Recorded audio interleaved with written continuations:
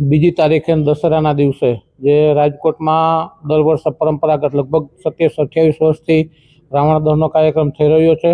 આ વખતે પણ આ વિશ્વ હિન્દુ પ્રેરિત દશેરાના દિવસે તમે આપણા સમાજમાં જે અલગ અલગ ધર્મના લોકો જે ભેદભાવ કરીને ઊભા કરવામાં આવેલી જે માન્યતાઓ છે એ એક અસુરી શક્તિ છે અને અસુરી શક્તિના નાશ માટે વર્ષોથી પરંપરાગત આ રાવણ દહનનો કાર્યક્રમ થાય છે.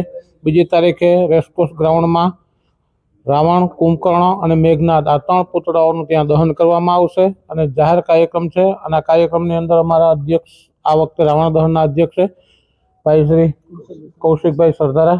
એમના અધ્યક્ષ સ્થાને આ કાર્યક્રમનું આયોજન કરવામાં આવેલું છે અને સર્વે જનતાના આના માટે લાભ લેવા અને ખાસ પધારવા માટે ભાવભર્યું આમંત્રણ. લગભગ રાવણ જે છે તે 54 ફૂટ છે, કુંભકર્ણ છે એ 45 ફૂટ છે અને મેઘનાદ છે એ 40 ફૂટ છે. 3 પુતળાઓનું દહન કરવામાં આવશે.